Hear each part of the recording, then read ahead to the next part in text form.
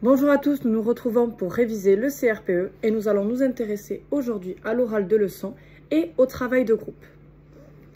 Un groupe, c'est un ensemble de personnes réunies par une communauté de caractères, d'intérêts et d'objectifs associés par une activité déterminée ou pour une activité déterminée ou un but commun. L'objectif, bien sûr, c'est de se mettre d'accord sur une production de réponse, par exemple, à un problème, sur un ensemble d'exercices ou sur des questions. Les objectifs visés par le travail de groupe, il y a 3 catégories d'objectifs. Les objectifs cognitifs, les objectifs relationnels et les objectifs pratiques. Donc, je vais vous détailler dans cette vidéo ces différents objectifs et on parlera également de comment constituer vos groupes. Donc, les objectifs cognitifs sont de faciliter la construction d'un nouvel élément de savoir par la mise en place de conflits socio-cognitifs. Donc là, on crée des groupes d'apprentissage. Ensuite, on va avoir aussi comme objectif cognitif de faciliter un travail de remédiation, donc des groupes de remédiation on va faire. Soit ça va être un groupe avec des élèves en difficulté et un tuteur, soit ça va être un groupe hétérogène par rapport aux difficultés rencontrées, afin que les élèves s'entraident entre eux. Ensuite, comme autre objectif cognitif, on va avoir de faciliter l'assimilation des connaissances après un travail de présentation d'une nouvelle connaissance. Les élèves doivent dire par groupe ce qu'ils ont appris, ce qu'ils ont retenu. Donc c'est des groupes d'assimilation ou des groupes métacognitifs.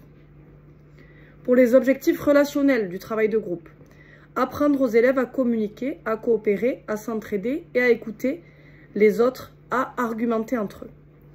En même temps que les objectifs cognitifs liés au type de groupe que l'on met en place, on a la mise en place d'un dispositif pour les aider à s'approprier les objectifs relationnels. Donc ça, c'est très important. Et les objectifs pratiques permettent bien sûr un partage des tâches pour les élèves et permet aux professeurs des écoles d'avoir moins de production à mettre en débat à la fin de la séance, lors de la mise en commun notamment. Donc ça permet effectivement de réduire le nombre de productions à analyser, à mettre en débat. La constitution des groupes. Elle a un rôle très important par rapport aux obstacles du travail de groupe. Donc c'est pour ça qu'il faut bien la penser, cette constitution de groupe. Elle ne se fait pas au hasard, il faut bien la penser pour qu'elle soit efficace. Et pour que le travail de groupe soit efficace également. Généralement, dans le travail de groupe, on fait des groupes de 2 à 6 élèves par groupe, donc 6 élèves maximum. Le mieux, c'est d'être à 3 ou 4 élèves. Ça permet vraiment de travailler le plus efficacement possible et que tout le monde ait justement l'impression d'avoir sa place dans le groupe. Quand on est sur des groupes de 6 élèves, c'est vrai qu'on a tendance à avoir 2-3 élèves qui écoutent moins, qui participent moins. Donc c'est vrai que des groupes de 3 ou 4, c'est plus intéressant. Attention pour tout ce qui est tâches géométriques. On fera des groupes de 2 seulement, parce que c'est trop difficile de faire des groupes plus grands en géométrie. Donc plutôt des groupes de 2 élèves maximum. L'objectif, c'est de constituer des groupes relativement homogènes par rapport au niveau scolaire. C'est-à-dire que c'est bien de faire des groupes de niveau homogènes. Mais on va essayer d'avoir des groupes hétérogènes au niveau des représentations et des procédures. Alors ça, vous ne pouvez pas le savoir dès le début, donc ça va être difficile à cerner, mais on va partir du principe que lorsqu'on fait un groupe de 4, même s'ils ont à peu près le même niveau dans une matière, on va pouvoir se dire qu'ils n'auront pas tous les mêmes connaissances et donc ils ne vont pas tous mobiliser les mêmes représentations. Généralement, c'est quand même vrai dans la plupart des cas.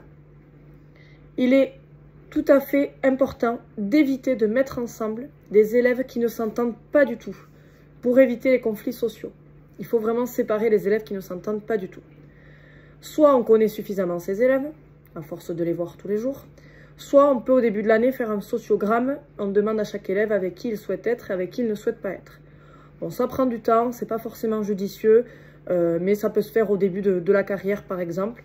Bon, c'est vrai que la classe, on la cerne vite et on voit vite quel groupe fonctionne. Et c'est en essayant des groupes qu'on peut modifier aussi au cours de l'année ces groupes-là.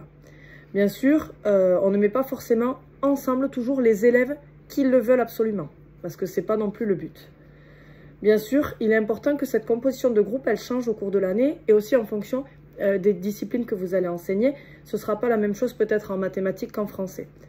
Et bien sûr, cela permet de réguler au fur et à mesure les dysfonctionnements que vous observerez dans vos groupes. Il faut bien sûr donner aux élèves des consignes, mais que à partir du moment où il y aura eu un travail réflexif sur un vécu de travail en groupe. Sinon, ça n'aura pas de sens. Et ce qui est important dans le travail de groupe, c'est d'attribuer des rôles aux élèves dans les groupes. Il peut y avoir un porte-parole qui va venir présenter la production, un rédacteur qui va écrire, un temporisateur du bruit, intéressant, pour gérer justement le volume sonore du groupe. Attention à ce qui peut avoir ce qu'on peut appeler la dérive économique, c'est-à-dire les élèves vont naturellement avoir des rôles en fonction de leurs compétences. C'est-à-dire dans un groupe, on sait que Tom, il écrit bien, eh bien on va dire que Tom, c'est à chaque fois le rédacteur. Et on sait que par exemple, Laura, elle est à l'aise à l'oral, c'est Laura qui passera à l'oral. Ça, c'est pas le but. Il faut arriver justement à ce que les élèves sortent un petit peu de ces compétences-là et ne soient pas dans cette dérive à le faire à l'économie. Ah ben toi, vu que tu es à l'aise en écriture, c'est toi qui vas écrire, et ainsi de suite. Il faut arriver à faire tourner ces rôles. Donc ça peut être intéressant aussi que l'enseignant donne ses rôles au départ de la séance, au départ de l'exercice de groupe, du travail de groupe. Ça, c'est vrai que c'est intéressant, pour éviter que ce soit toujours les mêmes qui fassent toujours les mêmes tâches et toujours les mêmes rôles. Voilà pour le travail de groupe.